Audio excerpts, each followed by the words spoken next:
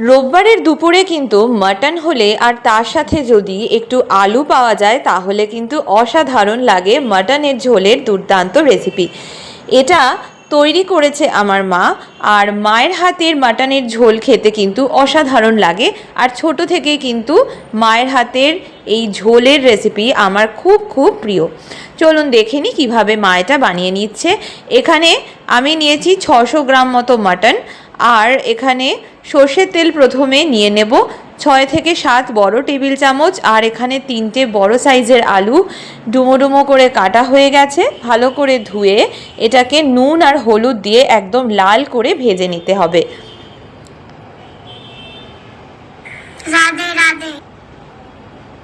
নুন হলুদ দিয়ে যখন আমার মোটামুটি এটা ভাজা হয়ে যাবে তখন এটাকে তুলে নেব। আলুগুলো যেন কাঁচা না থাকে, অবশ্যই একটু কড়া করে এটাকে ভেজে নেবেন।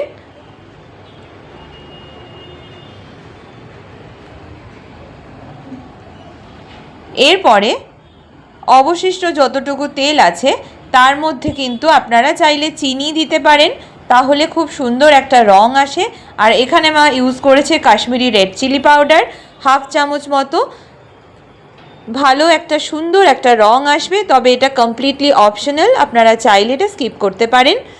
এরপরে এখানে 2টো মিডিয়াম সাইজের পেঁয়াজ কুচি করে দেওয়া হয়েছে। পেঁয়াজগুলো একদম লাল করে ভেজে নিতে হবে। এরপরে আদা, রসুন, কাঁচা লঙ্কা আর তেজপাতা বাটা 3 বড় চামচ দিয়ে দেওয়া হয়েছে। আদা, রসুন, কাঁচা লঙ্কা আর তেজপাতা বাটা 3 বড় চামচ এখানে দিয়ে ভালো করে এটাকে কষিয়ে নিতে হবে। এরপরে জিরে গুঁড়ো আর ধনে গুঁড়ো দুটোই 1 চামচ করে দিতে হবে। তারপরে এখানে মা দিচ্ছে হলুদ গুঁড়ো, এটাও 1 চামচ। প্রত্যেকটা মশলা যতটা বলেছি কোয়ান্টিটি আপনারা সেইভাবেই দেবেন। আর অবশ্যই চেষ্টা করবেন রসুনের পরিমাণটা আদার থেকে একটু বেশি রাখতে, তাহলে মাংসের স্বাদ অনেকটা বেড়ে যায়। তো এতটাই ভাবে আপনাকে বেশি করে কষতে হবে যাতে তেলটা বেরিয়ে যায় মশলা থেকে, তবেই কিন্তু মশলা থেকে যে কাঁচা গন্ধ সেটা আর বেরোবে না। এরপর এখানে 2টো বড় সাইজের টমেটো কুচি মা দিয়ে দিল।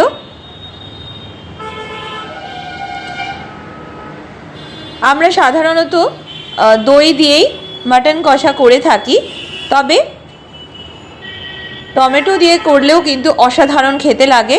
আর টমেটো দিয়ে করলে আপনারা দইটাকে স্কিপ করে দেবেন, দইটার ব্যবহার করবেন না। এরপরে সামান্য একটু জল দিয়ে এটাকে ভালো করে কষিয়ে নেবে।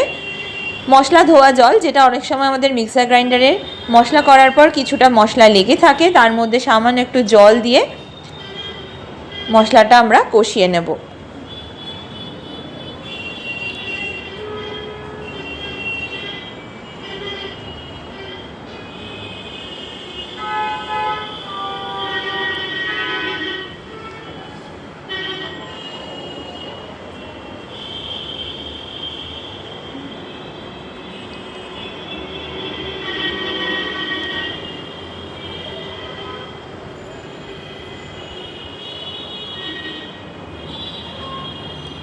এইভাবে মশলাটা মোটামুটি 3 থেকে 4 মিনিট মতো মিডিয়াম ফ্লেমে কষতে হবে। এরপরে মাটনটা, যেটা 600 গ্রাম মাটন আমি বলেছিলাম, সেটা ভালো করে ধুয়ে জল ঝরিয়ে নিয়েছি। তারপরে এখানে দিয়ে দেব। আর চর্বিটা কিন্তু আলাদা করবেন। চর্বিটা যদি মাটনের সাথে আপনারা যারা খান তারা যদি দিয়ে দেন তাহলে কিন্তু ঝোলের মধ্যে চর্বিটা ভাসবে, তার জন্য চেষ্টা করবেন একদম শেষে চর্বিটা দেওয়ার। আর সেটা কিভাবে করতে হবে সেটা আমি আপনাদের সাথে শেয়ার করে দেব। এর আগেও আমি এই ট্রিক্সটা বলে দিয়েছি। অনেকেই চর্বি মাটন একসাথে কষান, কখনোই কষাবেন না, তাহলে চর্বিটা একদম ছাড়া ছাড়া হয়ে যায়। তো মাটনগুলো দিয়ে দেওয়ার পরে মোটামুটি 3 থেকে 4 মিনিট মতো হাই ফ্লেমে কষতে হবে।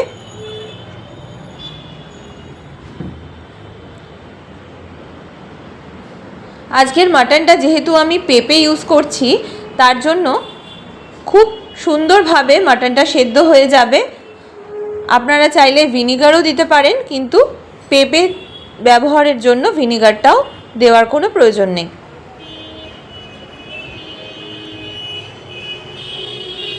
3 থেকে 4 মিনিট মতো হাই ফ্লেমে কষার পরে 4টে চেরা কাঁচা লঙ্কা এখানে দিয়ে দিলাম।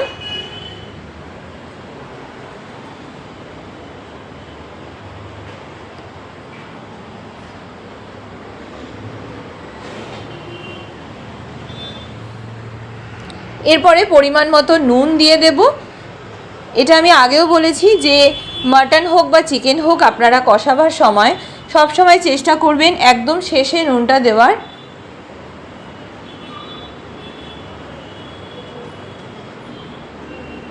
এরপরে ঢাকা দিয়ে 15 মিনিট মতো রেখেছিলাম। ঢাকাটা খুলে নিচ্ছি, দেখুন অনেকটা মাটন থেকে জল বেরিয়েছে। তো এটা আবারও কষবো, আবারও ঢাকা দেব। এইভাবে মোটামুটি 30 মিনিট মতো আমরা কিন্তু মাটনটা এইভাবে কষতে থাকবো। ব্যাস, আবারও 15 মিনিটের মতো ঢাকা দিয়েছিলাম। মাটনটা কিন্তু এখানে 50% কুকড হবে, এর থেকে বেশি হবে না। তাই একদম শেষে আমরা এটাকে প্রেসার কুকারে ট্রান্সফার করব।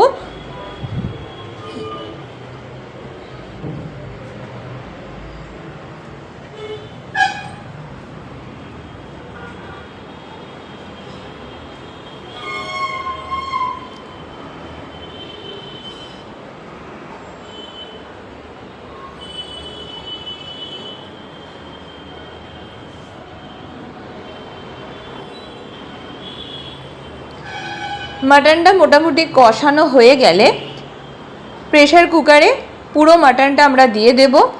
আর যে কড়াইতে কষিয়েছিলাম সেই কড়াইয়ের মধ্যে 2 কাপ মতো জল দিয়ে দেব। তারপর এটাকে ভালো করে গরম করতে দেব।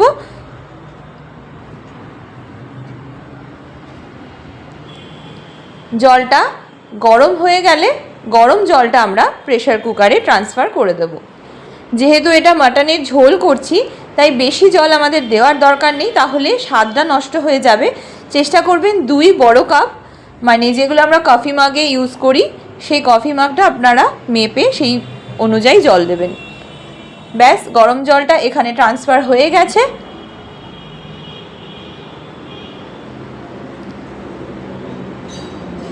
এরপরে প্রেসার কুকারের লিডটা আটকে দেব।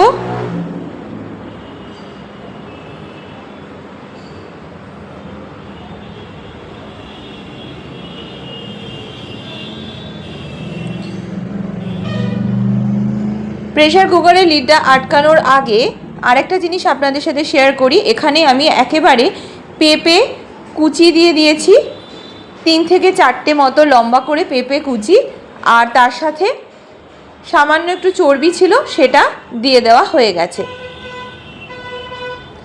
পেঁপেটা দিলে খুব সুন্দর এটা সেদ্ধ হয়ে যাবে মাটনটা।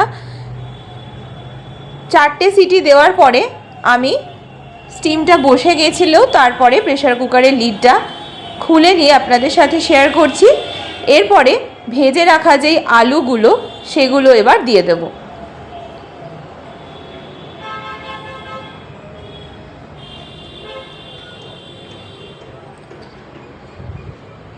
ব্যাস, ভেজে রাখা আলুগুলো আমার দেওয়া হয়ে গেছে। এটা দেওয়ার পরে সব শেষে আমি এখানে দিয়ে দিয়েছি শাহি গরম মশলা 1 বড় চামচ। বেশ খানিকটা শাহি গরম মশলা আপনারা দেবেন, তাহলে কিন্তু অসাধারণ খেতে লাগে। একবার ট্রাই করে অবশ্যই দেখুন আর আমাকে জানাতে ভুলবেন না। আলুগুলো খুব তাড়াতাড়ি সেদ্ধ হয়ে যায়, তাই প্রেসার কুকারের লিডটা আটকে দিয়ে, যেহেতু আগে 4টে সিটি দিয়েছিলাম, এখন আমি 2টো সিটি দেব। তাহলে কিন্তু আমার একদম মাটনের ঝোল রেডি। আর অবশ্যই এটা আপনারা ভাতের সাথে ট্রাই করুন, আশা করি আপনাদের মন্দ লাগবে না। আর যেহেতু এটা আমার মায়ের হাতের রেসিপি, তাই আমি আপনাদের সাথে গ্যারান্টি দিয়ে বলছি, এটা অবশ্যই বাড়িতে ট্রাই করুন, সবার সাথে শেয়ার করুন। সবাই ভালো থাকবেন, সুস্থ থাকবেন, আর ভালো ভালো খাবার খেতে থাকুন। মাম্পি রান্নাবাটি চ্যানেলটা সাবস্ক্রাইব করলে অনেক অনেক অনেক বাধিত হব। সবাই ভালো থাকবেন, সুস্থ থাকবেন। টাটা।